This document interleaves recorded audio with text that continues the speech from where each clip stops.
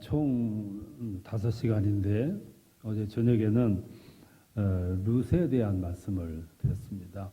하나님을 떠난 인생은 복을 받을 수가 없다.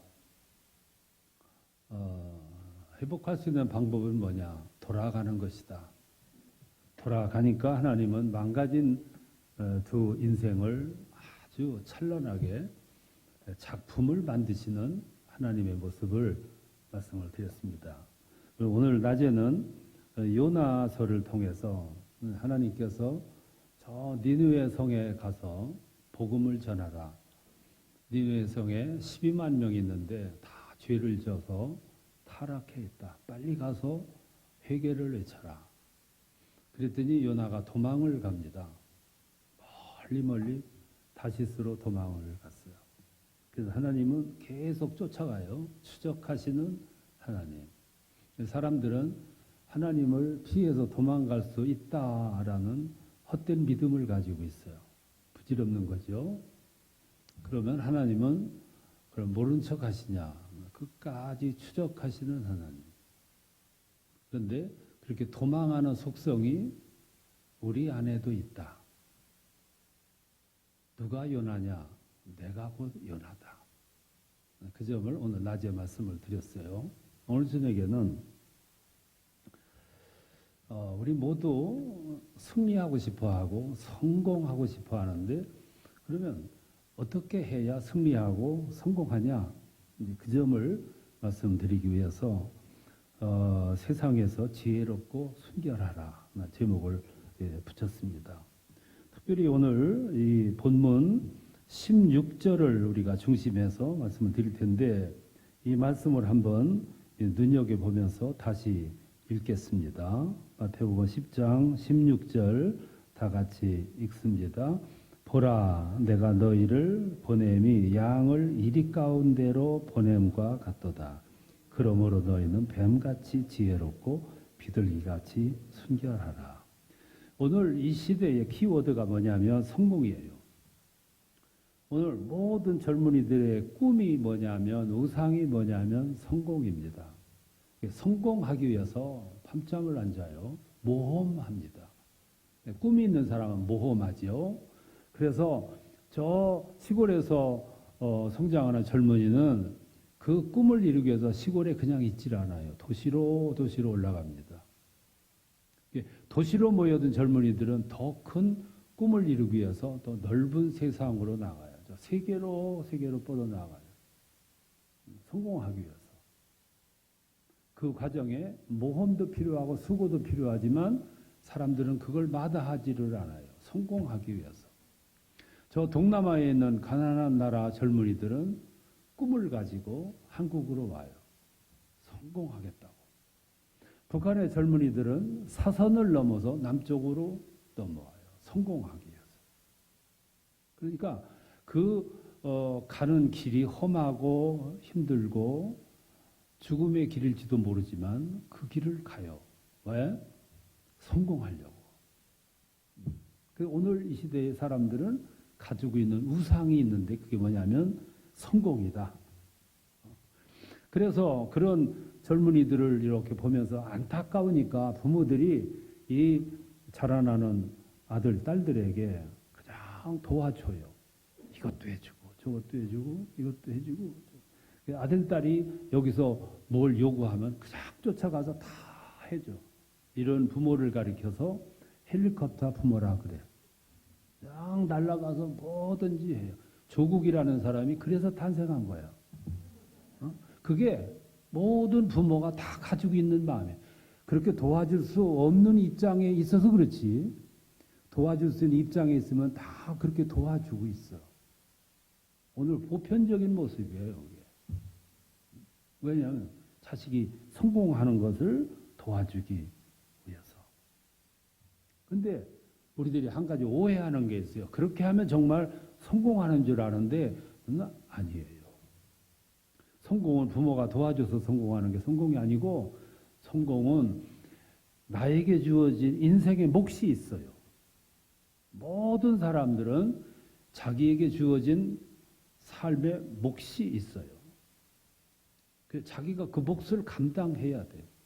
누가 도와주는 게 아니고 자기가. 근데 누가 뒤에서 그걸 이렇게 만들어주면 잘못된 성공이죠. 그래서 부작용이 일어나는 거예요. 그러면 정말로 진정으로 성공할 수 있는 방법이 뭐냐? 오늘 성경에 나와 있어요. 저는 오늘 저녁에 이 말씀을 드리면서 이제 인생을 많이 사신 분들은 마음속에 과거를 이렇게 돌아다 보시고 지금 미래가 창창한 젊은 분들은 이거 새기셔야 돼. 그리고 특별히 이 방법은 신앙적인 방법이고 성경이 제시하는 방법이기 때문에 우리가 심오하게 고민하면서 이 방법을 받아들이시오. 그러면 성공은 내가 하는 게 아니에요. 성공에 대한 꿈은 내가 갖고 기대는 내가 갖지만 그걸 이루시는 것은 하나님이 이루시는 거예요. 그래서 꿈은 내가 가는 거예요. 그래서 꿈은 가능하면은 구체적이고 꿈을 큰 걸 가지셔야 돼요. 그럼 하나님이 다 감안하셔서 나의 자질과 능력과 크기를 감안하셔서 그 꿈을 이루시는 거예요. 그럼 어떻게 하나님이 이루시냐 하면 이렇게 이루셔요. 그걸 오늘 본문에서 제가 몇 가지로 해보려고 그럽니다. 제자들이 예수님을 따라다녔어요. 어떤 마음 가지고 따라다녔냐면 큰 기대를 가지고 따라다녔어요. 특별히 가룟 유다 같은 사람은 예수님을 따라다니면서 기대치가 너무 컸어요. 우리 선생님이 왕이 되는 날, 성공하시는 날, 우리들도 위대하게 될 것이다. 크게 성공할 거다.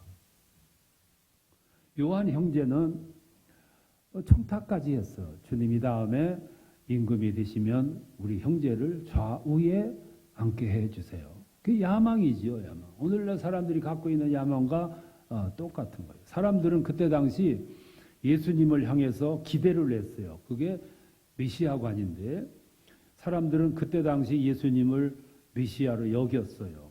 그러면서 무슨 기대를 했냐면 주님이 임금이 되는 날이면 성공하는 날이면 그리고 큰 권세를 잡기만 하면 호령과 심판을 이루실 것이다. 그래서 호령과 심판하시는 메시아관을 가지게 됐어요. 그런데 예수님은 호령과 심판하시는 예수님이 아니고 어린 양과 같이 죽임당하고 고난당하는 메시아의 이야기를 자꾸 말씀을 해요. 지금 가룟 유다를 비롯해서 제자들은 크게 지금 업돼가지고 주님이 예루살렘 성전에 들어가가지고 막 두드려 부수고 뒤집어 엎는 그 호령하던 모습으로 계속 나간다면 머지않아서 왕이 될 텐데 그렇게 기대하고 있는데 예수님은 자꾸 얘기하는 논조를 보면 나는 세상 죄를 지고 가는 양이다. 죽어야 산다. 머리가 되지 말고 꼬리가 되라. 높아지지 말고 낮아져라. 뭐 이게 정반대 이야기를 자꾸 하고 계신다는 거예요. 그리고 마지막에는 예수님이 십자가를 져야 하느니라. 내가 십자가를 지며 땅에 묻히고 3일 만에 부활하리라. 말도 안 되는 이야기를 하니까 가룟 유다가 홧김에 예수를 팔아버린 거예요. 배반해버린 거예요. 그리고 가서 목 매달아 자살한 거예요. 오해 때문이죠. 예수에 대한 오해. 예수님은 자기의 정체성을 다 공개를 했고 세상 죄를 지고 가는 사명을 가지고 왔다는 것을 공개했음에도 불구하고 제자들, 세상 사람들은 예수를 그렇게 보질 않았어요. 호령하시는, 심판하시는 메시아로 기대를 했어요. 그 본문 읽어보면 여러분들 잘 보시면 예수님이 제자들을 데리고 다니면서 훈련하세요. 훈련하시는데 막 심판하는 모습을 보이고 호령하고 세상에서 아주 성공하는 법으로 그들을 가르친 것이 아니라 세상에서 진정한 제자로 살아가는 법을 가르쳤고 세상에서 지혜로운 전도자로 살아가는 걸 가르쳤고 그리고 세상에서 하나님의 증인으로 살아가는 법을 가르치셨어요. 성공하는 법하고는 정반대예요. 여러분 세상은 신앙인을 환영하지 않습니다. 옛날도 그랬고 지금도 그렇고 미래도 그래요. 기독교 역사를 보면 핍박의 역사예요. 어느 시대든지 기독교는 핍박을 받았지 세상 사람들로부터 뜨겁게 환영을 받은 적이 없어요. 오늘도 마찬가지. 오늘도 기독교 종교의 자유가 있다고 그러지만은 알게 모르게 핍박이 얼마나 많은지 몰라요. 요즘 여러분 이 코로나 때문에 교회에 단속하는 걸 보세요. 참 아주 교묘한 방법으로 지금 지배를 하고 있어요. 아는 사람만 알아. 얼마나 핍박하는지 몰라. 지금 대기업에서는 여러분 교회 나오던 집사님들 대기업인들 하나도 못 나오잖아요. 교회 갔다 오면은 문책해요. 못 나오겠어. 오늘도 마찬가지예요. 그래서 예수님께서 오늘 본문에서 말씀하기를 보라 내가 너희를 세상에 보내는 것이 양을 이리 가운데로 보내는 것과 같도다. 예수님의 염려예요. 염려. 예수님이 제자들에게 능력을 줘가지고 기적을 행할 수 있는 능력을 주고 세상에 가서 군림하고 성공하는 법을 비법을 가르쳐 주신 것이 아니라 내가 하늘나라로 가면 제자들 세상에 남는데 이 제자들이 세상에서 살아가는 동안 어떻게 살아가느냐면 핍박받을 것이 분명한데 그 핍박받는 그 세상에서 지혜롭게 성공하면서 살아가는 비법, 방법을 훈련하면서 가르치신 거예요. 이게 본문의 말씀이에요. 그 가르치는데 어떻게 가르치셨냐면 예수님의 특유한 그 교육 방법인데 비유법을 가지고 가르치셨어요. 그래서 오늘 여러분 읽는데 여기에 세 가지 짐승이 나와요. 세 가지 짐승이 뭡니까? 하나는 양이고 또 하나는 뱀이고 또 하나는 이렇게 비유를 가지고 오늘 설명을 하고 있어요. 그래서 제가 오늘 이 세 가지 비유로 말씀하신 것을 속에서 의미를 찾아가지고 여러분들에게 지시를 할 테니까 한번 이걸 따르셔야 돼요. 이게 주께서 제시하는 성공 방법이에요. 첫째는 양이에요. 16절로 보면 이렇게 말씀합니다. 내가 너희를 보냄이 양을 이리 가운데로 보냄과 같다. 이렇게 말씀했어요. 여기 보면 양과 이리, 늑대지요? 양과 늑대와 비교를 해서 제시를 했어요. 아주 특이한 비유죠. 그렇죠? 자, 양과 늑대가 싸우면 누가 이기겠습니까? 네? 양과 늑대가 싸우면 누가 이기겠습니까? 상대가 됩니까? 어린아이와 어른과의 싸움이죠. 아마추어와 프로와의 싸움이죠. 그런데 여기 성경을 보니까 이 세상을 이리 때에 비유를 했고 그 속에 살아가는 성도들을 양에 비유를 했어. 이게 그 이야기예요.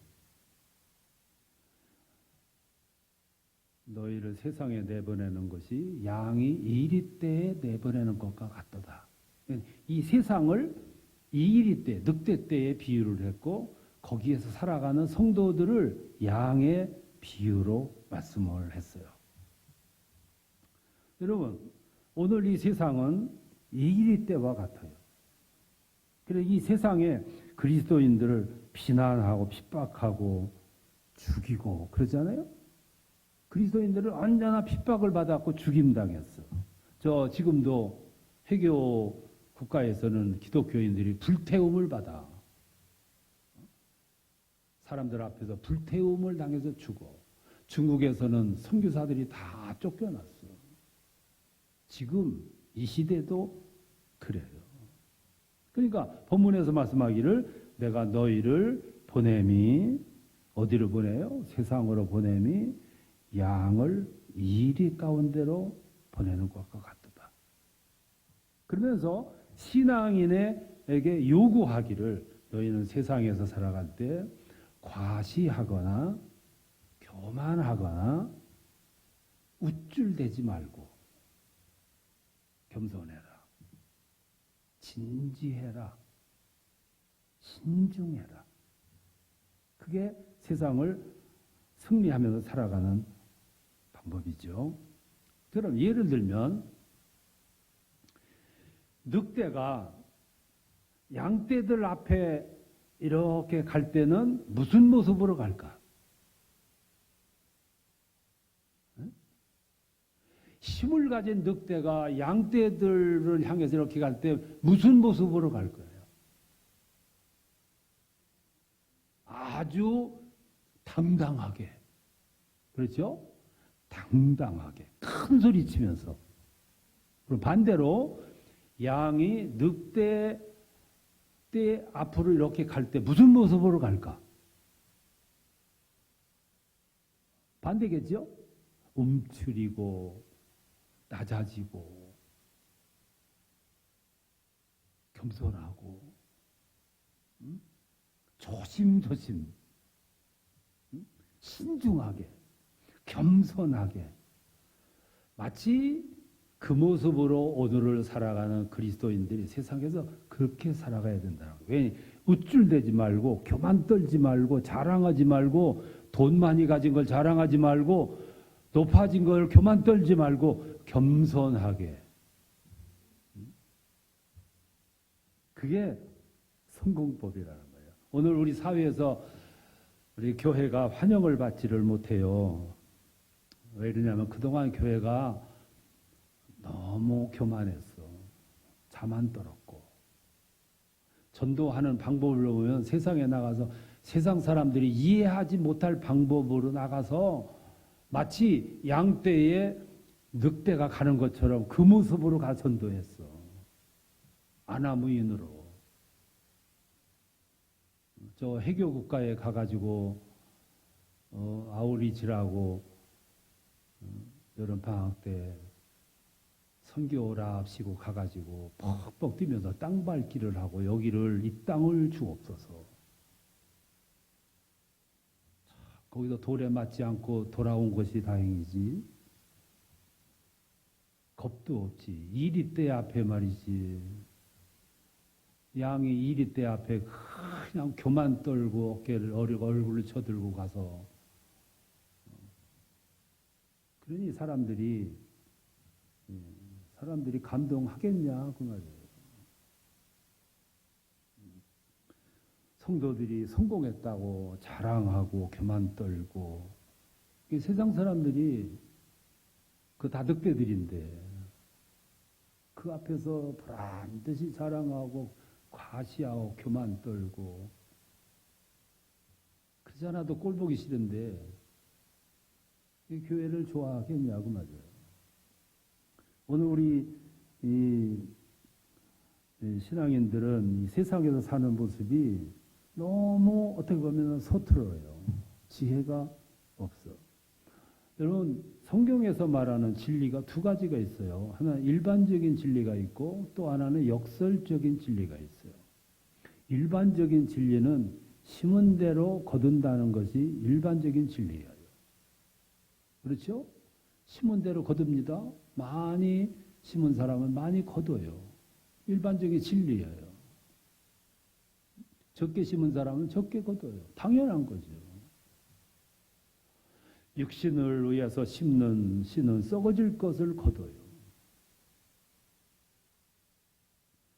영적인 것을 심으면 영생을 거두게끔 되어 있다고. 그게 일반적인 진리거든요. 땀을 흘린 사람은 땀의 대가를 얻게 돼 있어요. 선을 베푼 사람은 반드시 선을 갚아지는 복을 받아요. 르시라고 하는 사람이 아무것도 볼품없는 시어머니를 그렇게 뜨겁게 공개를 했는데 하늘이 갚아줬어요. 하늘이.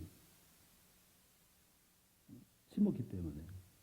근데 역설적인 진리는 뭐냐면 늑대 같은 늑대들이 살아가는 이 세상에서 성공하는 방법은 양과 같이 겸손해야 성공한다는 거예요. 그 역설이에요.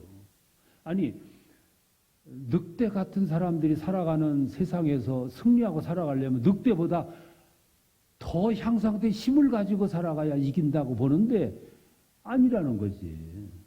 양과 같이 겸손해야 이긴다는 거예요. 오늘 사람들이 이 세상에서 무슨 이론을 가지고 살아가냐면 이 세상을 이기면서 경쟁이 심한 이 세상에서 성공하려고 하면은 강해야 이긴다고 그렇게 믿고 있어요. 이게 일반적인 견해예요. 그런데 예수님은 정반대로 말씀해요. 힘을 가지고는 이 떼를 못 이긴다. 양떼처럼 겸손해야 이긴다. 왜 그러냐? 그래 이기기 때문에. 그걸 가리켜서 역설이라 그래요. 여러분, 양이 늑대를 이기는 비결은 힘이 아니고 약함으로 이기는 거예요.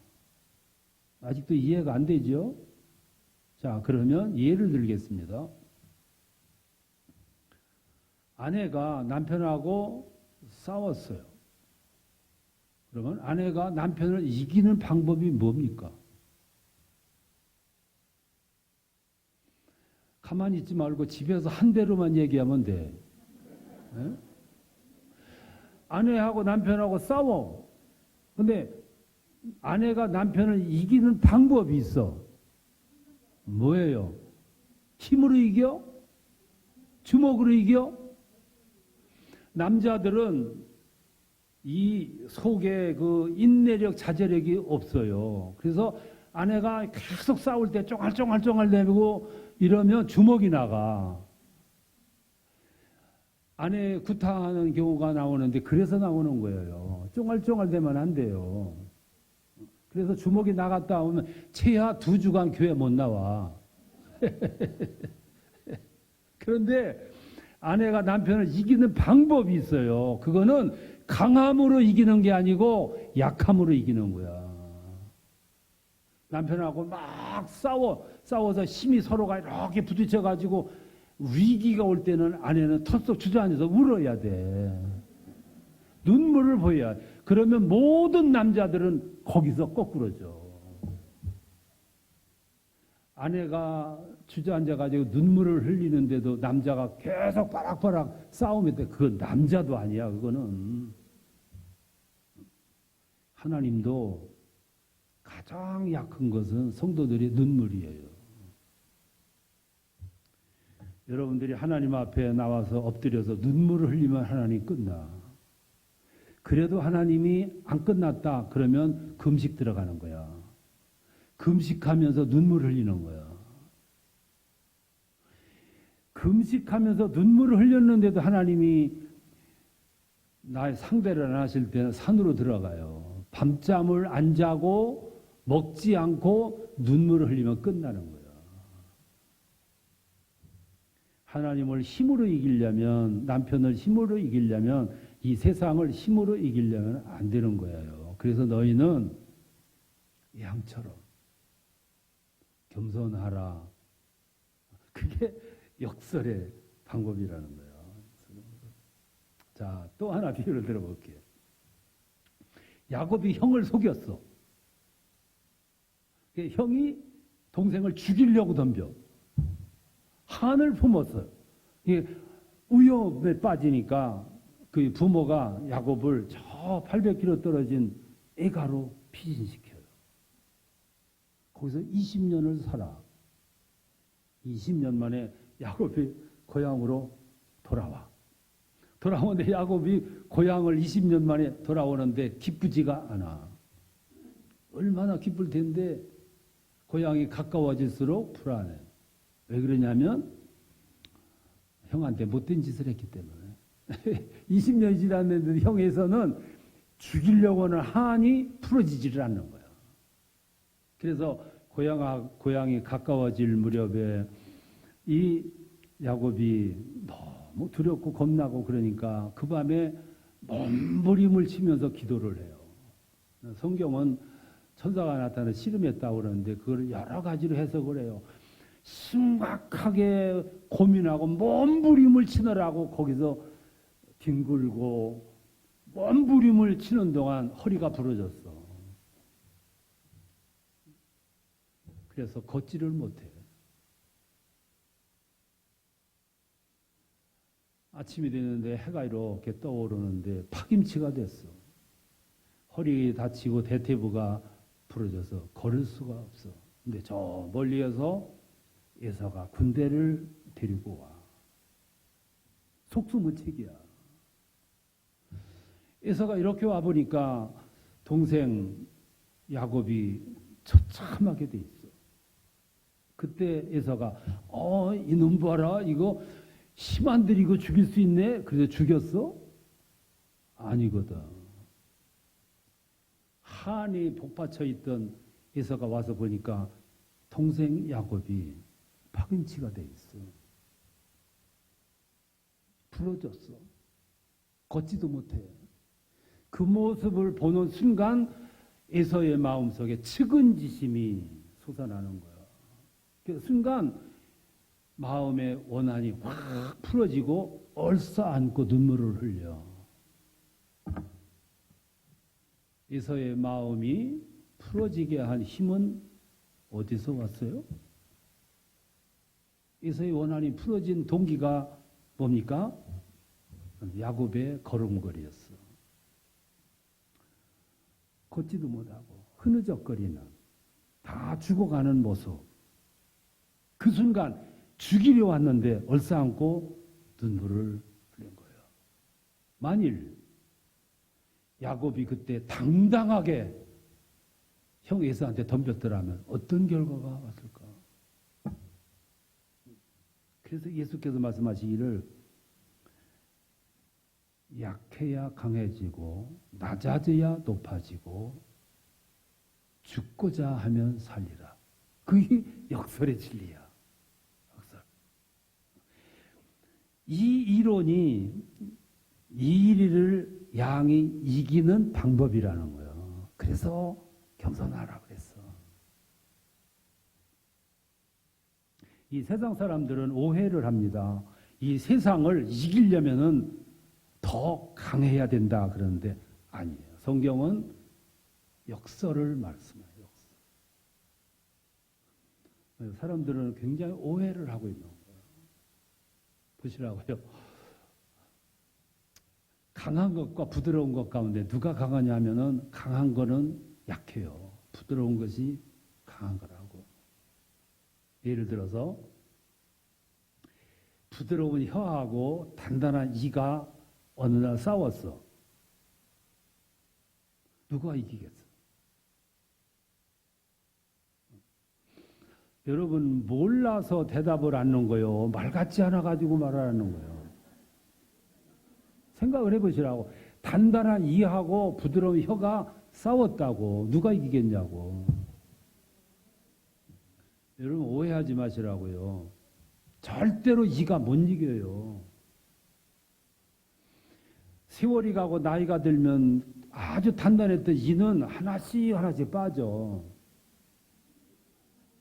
나중에는 틀니를 해박는데 이제까지 인류 역사상 혀를 새로 박았다는 사람 하나도 없어. 끝까지 가. 끝까지. 누가 이기냐면 부드러운 혀가 이기는 거야. 그게 역설의 진리예요. 여러분 어머니 여성은 약하다 그렇게 얘기하는데 참 모르는 얘기예요. 여러분 지금 80이 된 어머니가 계시건 집에 가서 어머니의 젖을 한번 만져보시오. 어떤 모습인가. 그 어머니도 처녀 시대에는 가슴이 통통했어. 그 가슴 속에 영양분이 가득 들어 있었기 때문에 가슴이 통통했어. 근데 아이를 5 낳고 8 낳고 12명째 낳았을 적에는 어머니의 가슴젖이 어떤 모습인지 아세요? 12명째 어린아이를 등에 업고 젖을 먹일 적에는 젖을 먹이기 위해서 등에서 아이를 내릴 것도 없어. 젖을 갖다 주면 이 젖이 거기까지 갔어. 왜 이렇게 됐어? 어머니의 몸이 왜 이렇게 됐어? 자기의 것을 모든 걸 쏟아서 주느라고. 그게 여성의 힘이에요. 누가 여성 보고 약하다 그랬어? 얼마나 강한데? 남자들은 혼자 자식을 못 키워도 어머니들은 혼자가 돼도 다 키웠어. 약하게 보이는데 그것이 강한 거예요. 그래서 이 세상은 강한 것들은 생명이 짧아요. 수명이 짧아. 산속의 맹수들은 다 생명이 짧아. 번식력도 짧고. 속수무책으로 잡아먹히는 초식동물들은 뭐 껄듯하면 잡아먹혀서 얼마 있다가는 산속에서 초식동물이 다 사라질 것 같지만 여전히 산속의 주인은 초식동물들. 그래서 남편들은 아내보다 먼저 세상을 떠나. 여성은 남자들보다 7년을 더 살아. 남성들은 7년을 더 못 살아. 남성들이 부드러우면 오래 사는데 강하기 때문에. 이게 하나님의 세상을 만드신 이치예요. 그래서 성경을 말씀하는 거예요. 역설을. 뭘 말씀하냐면 성경 중에서도 성경은 산상수훈이거든. 산상수훈에 하신 말씀들을 이렇게 보면 전부 역설이에요. 낮아져야 높아지느니라. 죽어야 산다. 여러분, 죽고자 해야 살아요. 살고자 하면은 죽어요. 암이라는 병이 참 무서운데 암이 무서운 이유가 있어. 사람들은 암에 걸리면 모든 사람들이 이구동성으로 생명에 대해서 애착을 갖게 돼. 애착을 갖게 되면은 사람 몸에 긴장이 돼요. 긴장. 이 긴장을 제일 좋아하는 것이 암이에요. 죽고자 해야 사는데 이혜인이라고 하는 그 수녀 시인이 어느 날 암이 찾아왔어. 보통 사람 같으면 암이 찾아오면 굉장히 두렵잖아요. 처음에는 두려웠대. 근데 어느 순간 그분이 이렇게 생각했어. 야, 너도 어디 갈 데가 없으면 나한테까지 찾아왔냐? 그래, 잘 왔어. 나하고 함께 살자. 그래서 암을 수용해서 받아들였어. 같이. 그래, 매일 대화를 하면서 같이 사는 거야. 그래서 친해졌어. 근데 어느 날 암이 나를 떠나갔다고. 그게 죽고자 하니까 이게 떠나가는 거야. 그게 막 밀어내고 미워하니까 얘가 아주 애착을 가지고 덤벼드는 거야. 어느 경찰관이 이제 정년이 3개월 남았어요. 그래서 3개월 있으면 이제 퇴직을 하니까 3개월 전에 정기 검진을 했어요. 했는데 병원에서 뭐라고 하냐면 암이라는 진단이 나왔어. 그래서 하는 얘기가 3개월밖에 못 산대. 상상도 못했던 일이지. 그래서 이 경찰관이 고민을 했습니다. 아이고, 3개월 더 살고 내가 죽어야 정년 퇴직이 명예롭게 되고 퇴직금도 제대로 받는데 그 전에 죽으면 병사 처리가 돼서 어려운데. 그래서 고민을 하다가 방법을 생각을 해놨어요. 그래, 기왕에 죽을 거 이제 본때 있게 명분 있게 죽자. 그래서 한직에 그냥 머물며 놀며 지내다가 강력반으로 자원에서 들어갔어. 매일같이 강력범들을 잡아 들이느라고 종횡무진 흉악범들과 싸우는 거야. 까짓 거 죽으면 죽지. 아유, 명예롭게 죽으면 좋지. 그래서 흉악범들을 쫓아들여서 막 잡아들이는 거야. 근데 하루는 마약 사범들을 추적을 하다가 두목하고 막다른 골목에서 딱 마주쳤어. 경찰관이 순간 생각을 했어. 야, 잘 만났다. 잘 만났어. 그래서 딱 조우를 했는데 폼을 잡고 이렇게 버티고 있는데 마약 사범 두목이 권총을 빼들어요. 그러니까 이 권총을 보자마자 퍼뜩 정신이 나오기를, 야, 이거 꼰대 있게 죽게 생겼다. 그래서 또 버티고 있다가 쏘라 그랬어. 이 쏘라 그러니까 이 강도가 못 쏘는 거야. 그 나중에 사정했어. 제발 한 방 쏴달라고. 여기다가 제발 좀 한 방 쏴달라고. 그러니까 이 마약 사범 이 두목이 세상에 이런 독종은 처음 본 거야. 그래서 권총을 놓고 무릎을 꿇어요. 그걸 잡아가지고 경찰 일치장에다 넣고 사무실에 와보니까 병원에서 통지가 와는 거예요. 당신은 오진이었습니다. 놀라운 사실이지. 죽으려고 했는데 안 죽은 거야.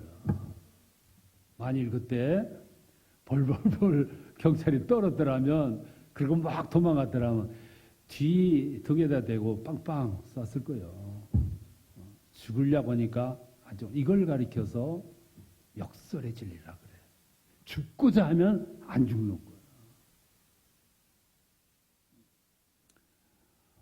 예수님은 늑대와 같은 세상에 성도들이 승리롭게 살아가는 방법을 이렇게 말씀을 했어요.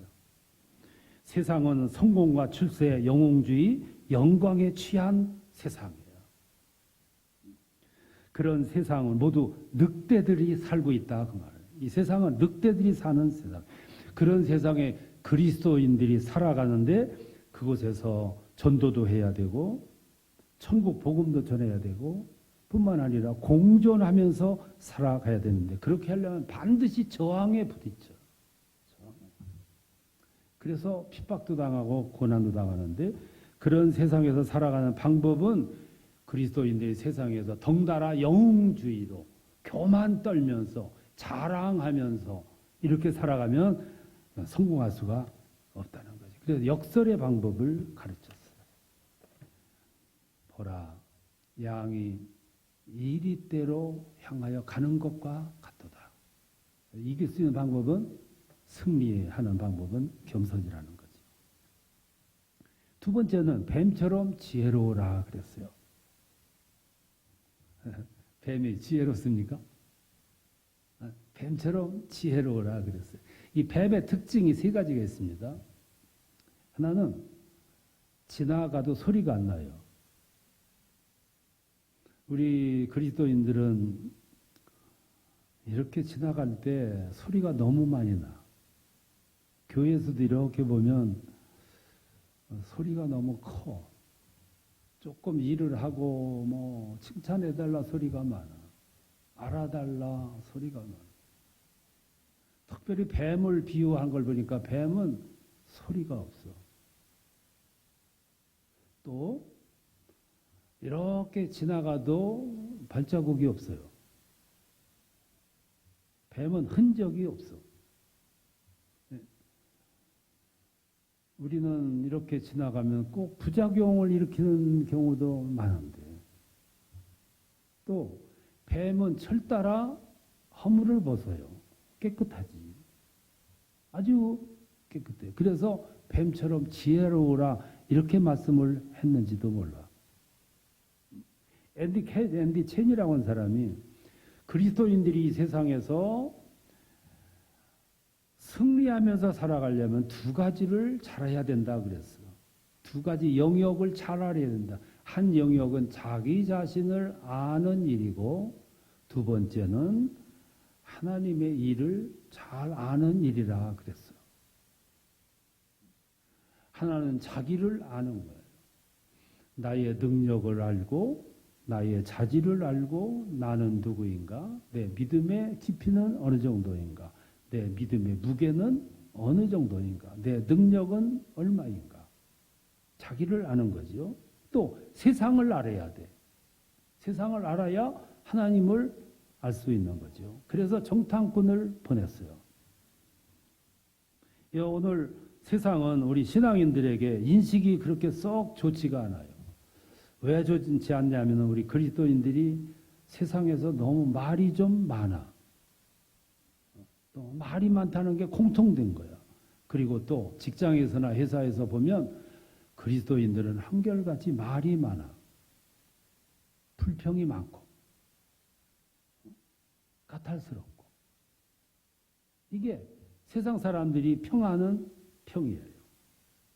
교회에서도 마찬가지잖아요. 교회에서도 저 동남아에 아프리카에 선교사를 보내자. 그러면 꼭 이유 다른 분들이 있어요. 한국에도 보낼 곳이 많은데 왜 꼭 다른 나라에 보내야 되냐.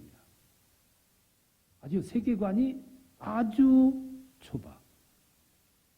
우리 그리스도인들이 앉아서 기도하면 5분 안 가요. 5분 가면 자본이 떨어져. 왜 자본이 떨어지냐면은 기도의 세계관이 좁아서 그래요. 그래서 기도하다 보니까 내 가정, 내 사업, 내 손자들 기도하면은 기도거리가 없어지는 거예요. 그만큼 기도의 세계가 좁아서 그래요. 하나님의 뜻이 이 땅에 이루어지기를 위해서 기도하고 내 주변에 있는 어려운 사람들을 위해서 중보 기도할 사람들이 너무 많고 이 나라의 미래를 위해서 기도하는 이것만 해도 엄청난 기도량이 되는데 그렇게 하면 기도가 많은 시간이 요하는데 그거는 세계관이 넓어야 가능한데 너무 좁아. 내가 염려하는 것 가운데 우리 교회 안에 지역 감정을 초월하지 못하는 것도 이것도 문제예요. 그리스도인들이 예수 안에 살면서도 지역 감정 하나를 극복을 못해. 그만큼 좁아. 다른 사람은 모르지만 신앙 안에서 살아가는 우리도 지역 감정, 좌우파 이걸 극복을 못하는 거예요. 세계가 얼마나 넓고 세계를 좀 깊이 있게 보면 얼마든지 큰 세계를 보는 거예요. 어떤 할머니가 팔순이 됐어요. 자손들이 팔순잔치 하려고 막 돈을 걷고 뭐 여행을 보낸다. 돈을 걷어. 그러니까 그 할머니가 어느 날 TV를 보니까 아프리카에 우물이 없어가지고 아이들이 2km, 3km 심리를 가서 흙탕물을 퍼 그걸 들고 와서 먹는 아이들의 모습을 보고 그래 저들에게 우물을 파주자.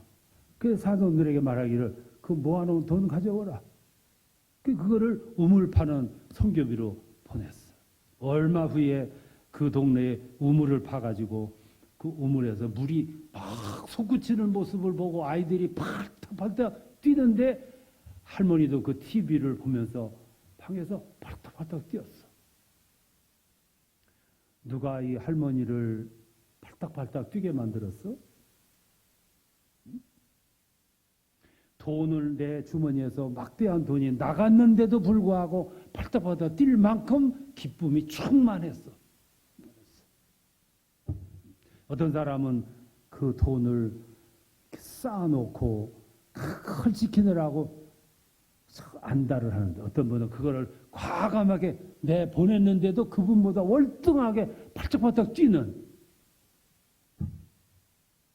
세상을 이렇게 내다보면 세상을 살아가는 방법이 얼마나 넓다는 것을 발견하게 되는데 오늘 시대는 세상을 늑대와 같은 세상을 살아가는데 살아가는 자세가 양처럼 겸손해야 되고 또 하나는 지혜로워야 돼. 전도를 하는데도 막무가내식으로 전도하던 시대는 지났어. 역효과만 나. 지혜롭게 전도해야 돼. 지혜로운 방법이 뭐냐? 소리가 없어야 돼. 흔적도 없어야 되고. 그런데 세상이 감동을 받아야 돼. 그게 오늘의 전도 방법이에요.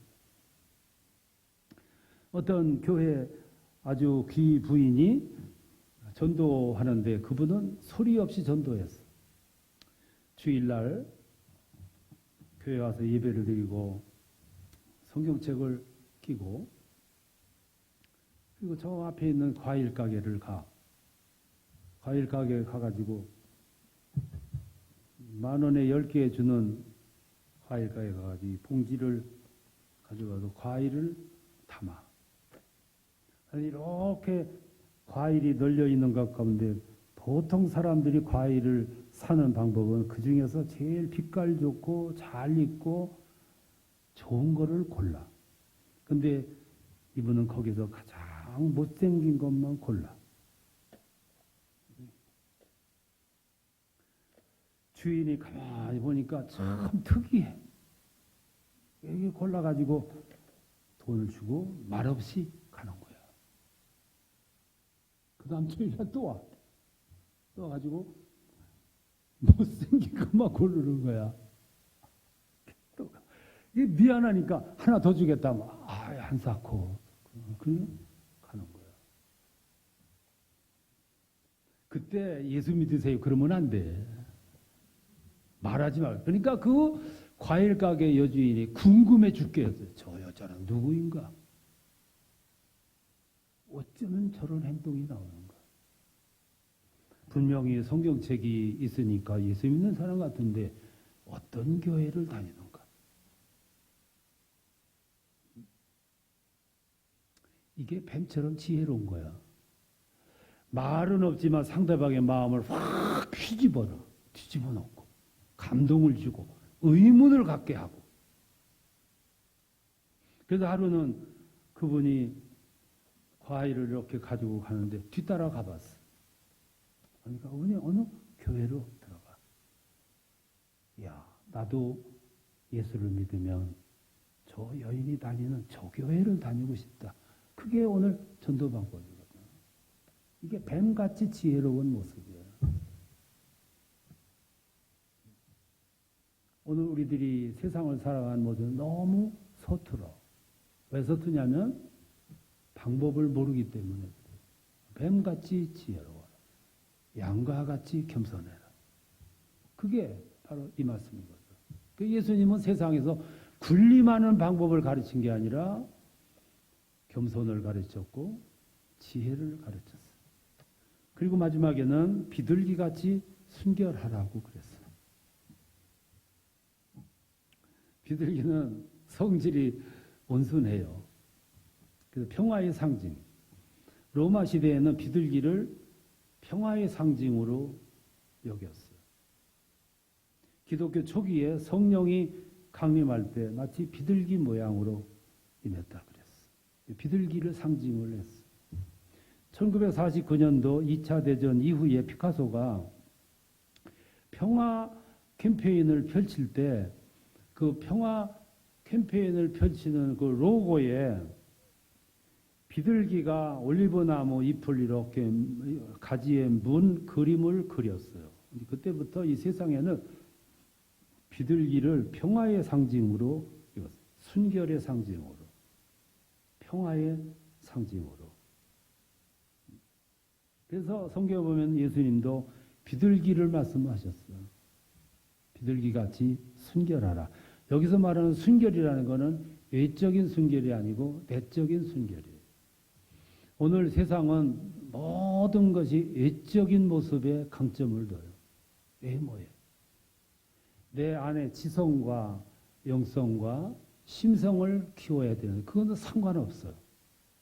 밖에 외모만 치중을 하고 있어요. 그래서 문제가 되는 거예요. 속은 아주 서툰데 외모만 그럴듯하게 꾸미는, 그건 순결이 아니에요. 내적인 순결이야. 오늘 여러분, 세상은 감동이 없는 시대예요. 이 세상은 감동 주는 것이 없어. 누가 돈을 많이 벌었대더라, 누가 성공했대더라, 그렇게 해가지고 감동하는 세상이 아니에요. 그런데 오늘과 같은 세상에도 감동받는 것이 있어요. 그 감동하는 게 뭐냐면 본질이 강화될 때 그때 감동을 받아. 본질이 감동받을 때. 그게 무슨 말이냐면 내면이 고상함이 사람들에게 표현됐을 때 그때 감동받는다 그 말이에요. 예를 들면 이런 경우요. 또 송명이라고 하는 분 아시죠? 여류 시인이고 소아마비로 인해서 온몸이 뒤틀려 있는 여인이 있어요. 겉에서 모습을 보면 흉해. 어쩌다 앞에서 말 한마디 하려면 온 얼굴을 찡그려야 비로소 말 한마디가 나와. 숟가락을 들고 밥을 한 숟가락 떠서 입으로 가는데 수속이 너무 복잡해요. 어느 날 그 여인이 앞에서 간증을 하는데 간증이 아름다웠는데 얼굴 모습이 너무 안쓰러웠어. 그래서 어느 장로님이 예배를 마친 후에 제안을 했어요. 내가 돈을 다 대줄 테니까 저 미국에 가가지고 수술 한번 받아보자고. 그 제안을 받는 순간 얼마나 좋아? 모든 여인들의 꿈은 아름다워지는 건데 돈을 다 대준다는데 가서 수술하면 좋아질 수도 있는데 근데 그 제안 받고 그 여인은 지체하지 않고 대답하기를 나는 이대로 가졌습니다. 그 대답을 듣고 그 장로님이 내가 몰라도 너무 몰랐구나. 내가 몰라도 너무 몰랐어. 그래서 나와가지고 후회를 하면서 통곡했다는 거예요. 겉에서 보면 여인으로서 미는 없지만 아름다움과는 거리가 멀지만 그런데 내면의 세계가 순결하기 때문에 가장 힘든 언어 표현으로 말 한마디 하는데 그게 은혜가 된 거예요. 감동이 되고. 왜? 내면이 순결하기 때문에. 그래서 순결을 말씀을 하는 거예요. 내면의 순결. 어떤 의사가 작년에 왔던 환자를 진찰을 하는데 내시경 조사를 하는데 대충 했어. 1년 있다가 왔는데 보니까 종양이 커져 있어. 자기 불찰이에요. 눈앞이 캄캄했어. 이를 어쩌나. 대부분의 의사들은 이 경우가 오면은 법적 자문부터 받아. 어떻게 방어할 거냐. 고소해 오면 어떻게 방어할 거냐. 회피 방법, 책임 회피. 그런데 그 상태가 되자 그 의사는 환자를 찾아갔어. 찾아가서 그 앞에 무릎을 꿇었어. 그리고 용서를 빌었어. 그리고 아주 진솔하게 사과를 했어. 오늘 앞으로 치료는 내가 책임질 테니까 걱정하지 마시고 내 실수를 용서해달라고. 근데 이 의사가 왜 가서 사과를 했냐 하면은 고소를 당할까 봐서 한 게 아니고 그가 그 앞에 가서 진솔하게 사과한 이유는 그가 예수의 제자였기 때문에. 그 예수의 제자였기 때문에.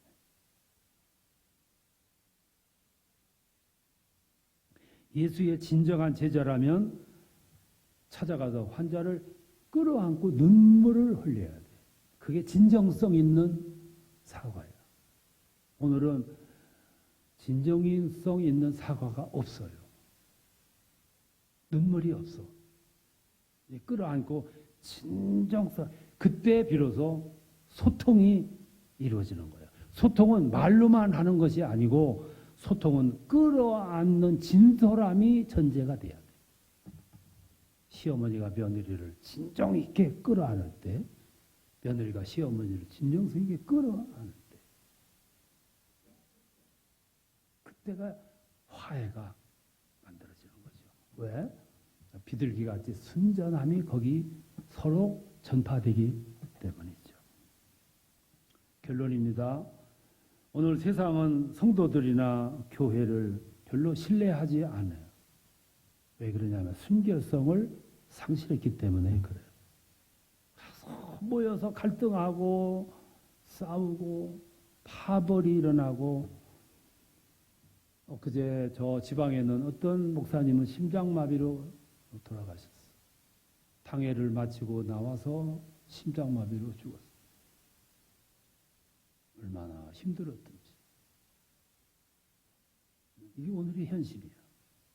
뱀처럼 지혜로워라, 비둘기처럼 순결하라. 그런 모습이 없어. 오늘 목사님들도 보면 겸손이 없고 정직함이 없고 자기 부정이 없어요. 그래서 세상으로부터 몰매를 맞게 되는 거죠. 그래서 오늘 주님은 말씀하시는 거예요.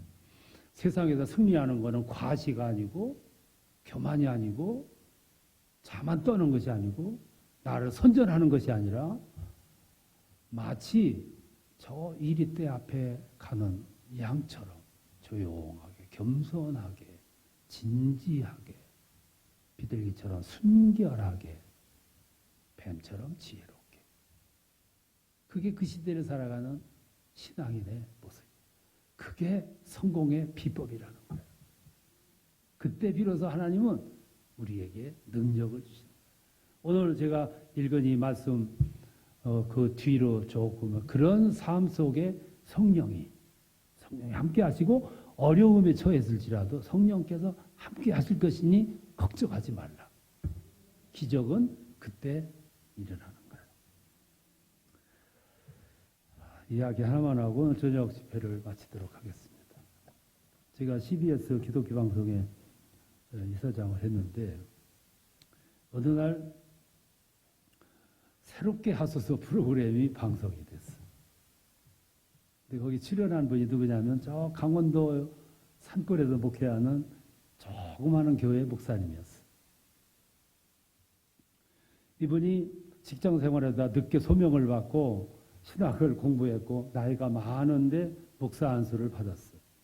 목사 안수를 받고 이분이 생각을 했어요. 어디 가서 첫 목회를 할까. 그러다가 내가 늦게 출발했으니까 저 산골로 가서 목회를 해야지. 산골 하면은 강원도잖아요. 강원도로 갔어. 강원도 가운데서도 어디로 가서 목회를 할까. 그러다가 산골 중에서도 가장 험난한 산으로 들어갔어요. 교회가 없는 저 산속에 몇 가구만 있는 그 동네로 들어갔어요. 가서 헌집 하나 빌려가지고 거기 수리를 해서 그 집에 교회 겸해서 숙소로 잡았어요. 그래서 이렇게 잡아놓고 누구부터 첫 번째 전도를 할까? 그러다가 그 교회하고 가장 가까운 집에 홀로 사는 할머니를 타겟으로 삼았어. 저 할머니부터 전도하자.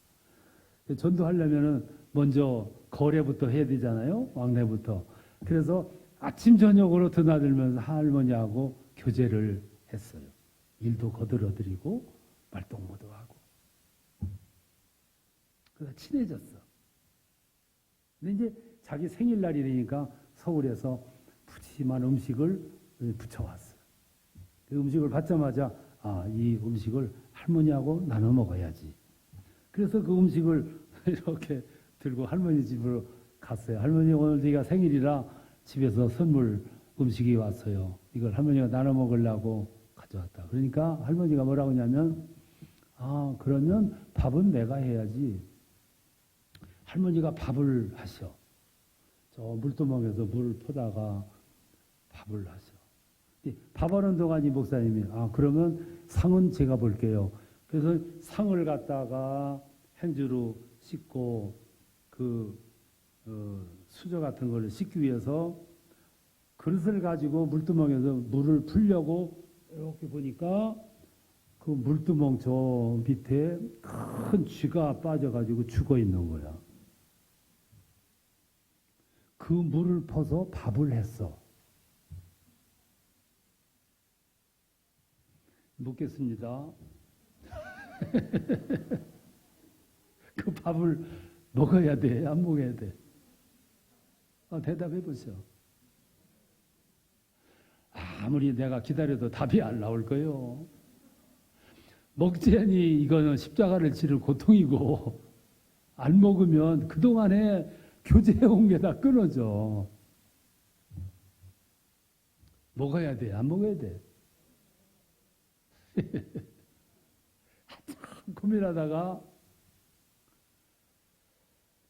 이게 답이 없는데, 그래서 할머니가 모르는 줄 알고, 할머니 이 물두멍에 쥐가 빠져 죽어 있어요. 그러니까 할머니가 뭐라고 하냐면, 그거 빠져 죽은 일주일 됐어 이래. 그 일주일 동안 보약과 같이 우려낸 물로 밥을 했어. 밥을. 근데 그 목사님이 그 밥을 십자가를 지는 심정 가지고 다 먹었어. 왜? 하나의 영혼을 구원하고자 하는 오직 그 일념 가지고.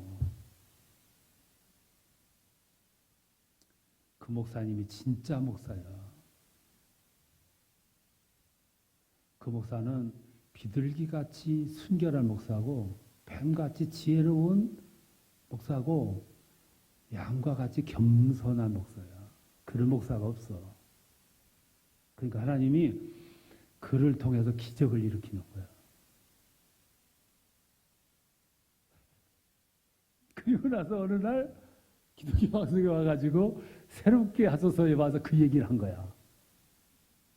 그 방송을 들은 전국의 수많은 사람들이 오늘 같은 세상에 이런 목사가 있냐. 그래서 여기저기서 성금을 보내주는 거야. 그 교회로 성금을 보내주고, 미국의 어떤 교회에서는 그 방송을 듣고 교회를 지으려고 모한 어떤 3억 원을 보내준 거야. 3억 원을. 그 답지된 헌금들을 가지고 교회를 번듯하게 짓고 돈이 남았어. 남은 돈을 가지고 저 밑에 동네에서 교회를 건축하다가 돈이 모자라서 중단된 교회를 헌금해줘서 그 교회도 완성을 했어. 오늘 그리스도인이라고 하면 이렇게 사셔야 돼. 그러니까 성령께서 역사하시는 거예요. 그래서 주님은 우리들에게 세상에, 늑대들이 살아가는 세상에서 성공하려고 발버둥 치지 말고 겸손해라, 순결해라, 지혜로워라. 그래서 주신 말씀이에요. 세상에 나가는 제자들에게 나가서 막 호령해, 기적을 입혀로 심판해, 이렇게 가르친 것이 아니라 가서 비둘기같이 순전하고 양과 같이 겸손하고 뱀같이 지혜롭게, 그래서 그 속에서 함께 살아가면서 간증하고 복음을 전하고 함께 살아가야 돼. 그게 오늘 우리들에게 주시는 말씀이에요. 여러분들이 살아가시는 모습이 진지하고, 뒷모습만 봐도 감동이 되고, 발걸음만 봐도 저분은 권사야, 저분은 장로님이에요.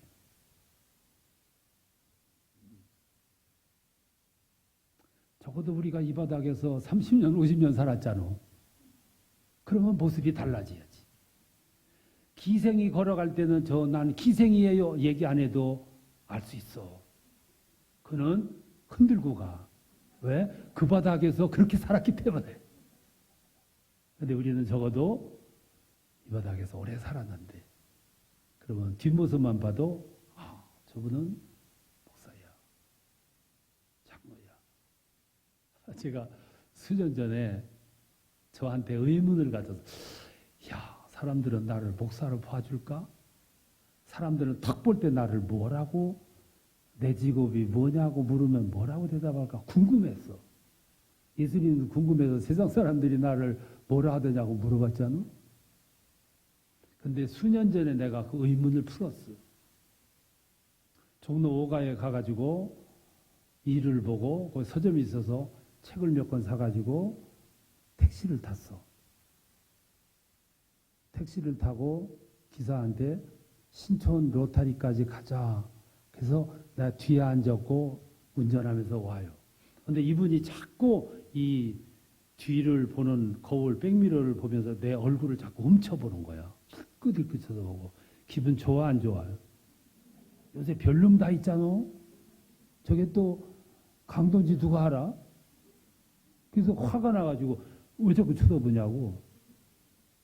그랬더니 이분이 이러더니 뭐라고 하냐면 선생님은 뭐 하는 분이세요?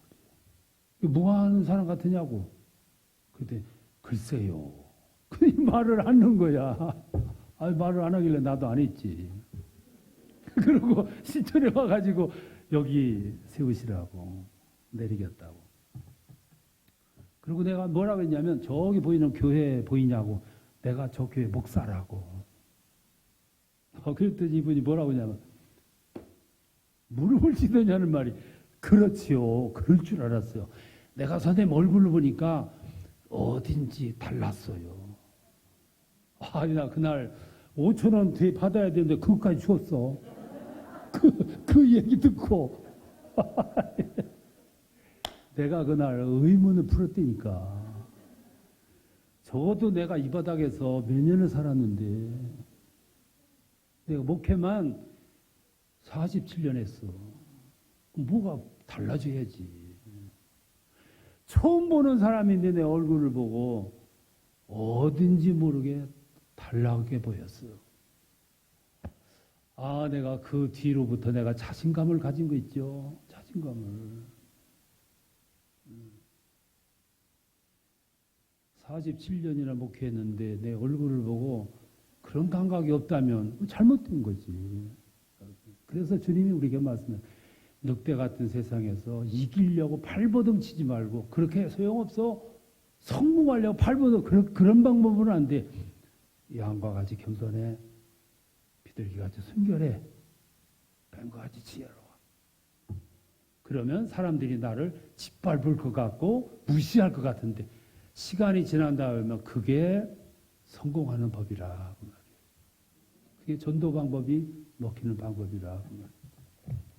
오늘 여러분들 생애를 통해서 하나님께 영광이 되고 뿐만 아니라 이 세상에 엄청난 향기가 되는 그런 축복의 삶이 되시기를 축원합니다.